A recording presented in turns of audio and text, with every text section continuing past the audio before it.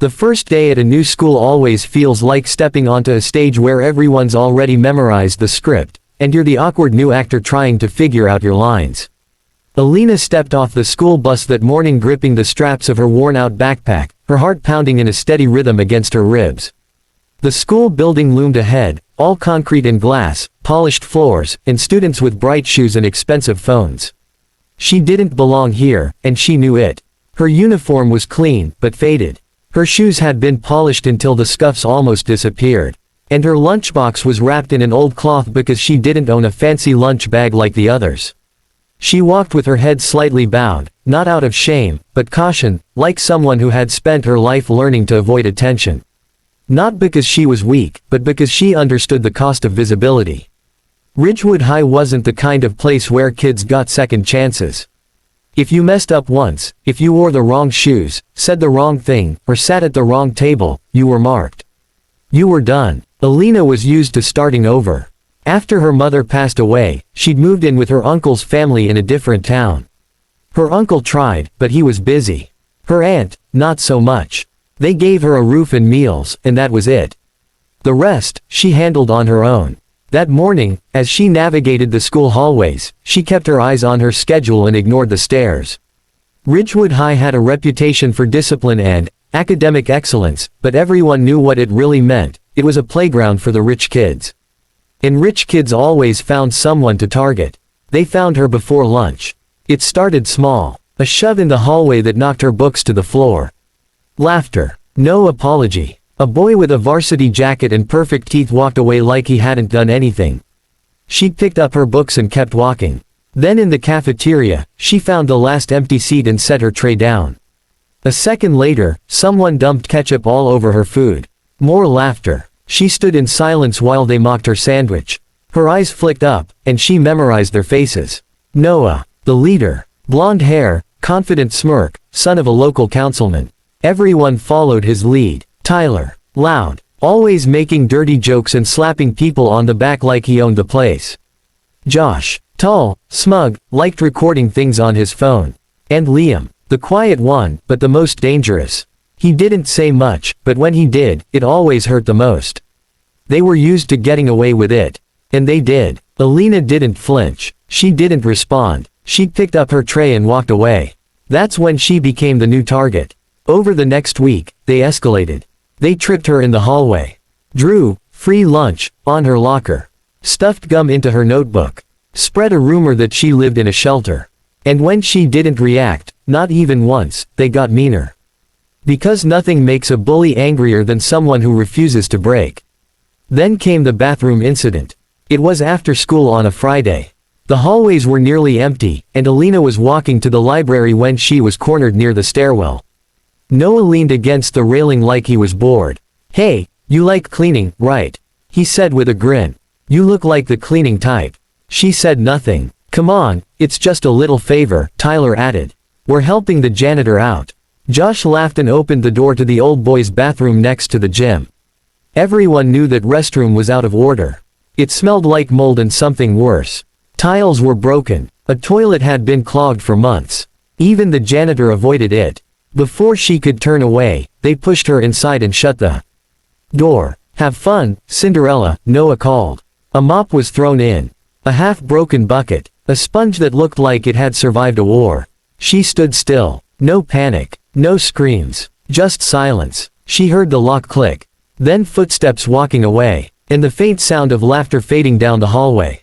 Alina looked around the filthy bathroom. Graffiti on the walls. The sharp stench of ammonia and decay. The broken sink dripping a steady beat like a ticking clock. Her backpack lay near the door, flung to the side. She stood for a long moment. Then, slowly, she picked up the mop. She began to clean, not because they told her to, but because she had learned long ago, you don't give bullies the reaction they want. You give them something they don't understand. Discipline, grace, control. By the time she was done, the floor was cleaner than it had been in years. She washed her hands under cold water and left. But inside her chest, something had changed. That night, when she got home, she opened the worn drawer under her bed. Inside was her GI, white, folded neatly. And on top of it, a belt. Black, faded, but still strong. The one thing her mother had saved money for, even while sick. Alina had been training since she was 9. She wasn't the fastest or the strongest. But she had heart, precision, endurance. And she never, ever gave up.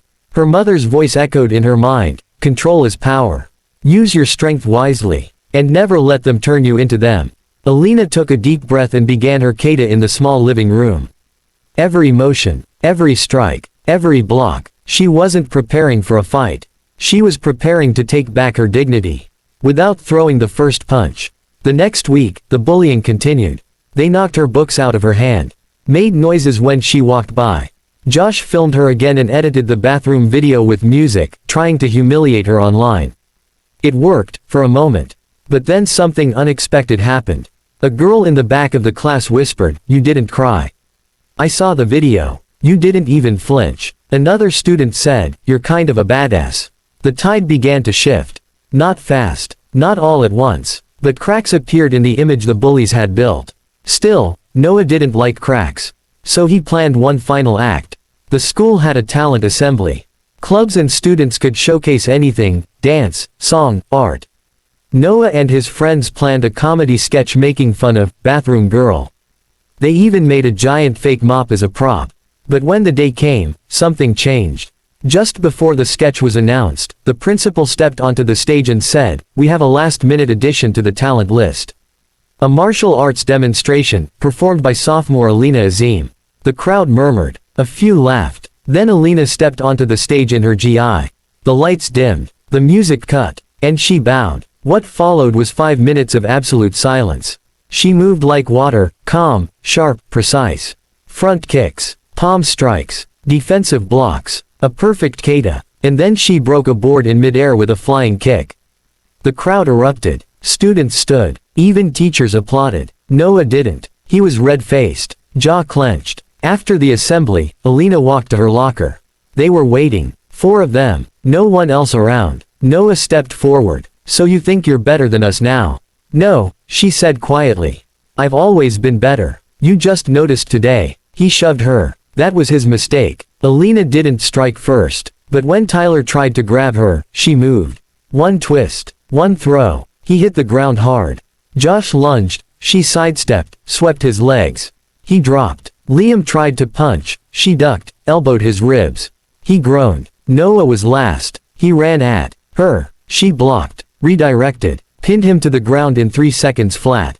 And then she stood, breathing calm, heart steady. "I didn't do this to hurt you," she said. "I did it so you'd stop hurting others."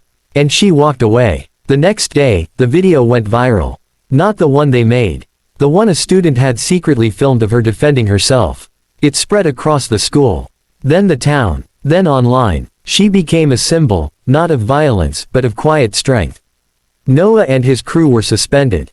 But more importantly, others stood up. More students spoke out against bullying.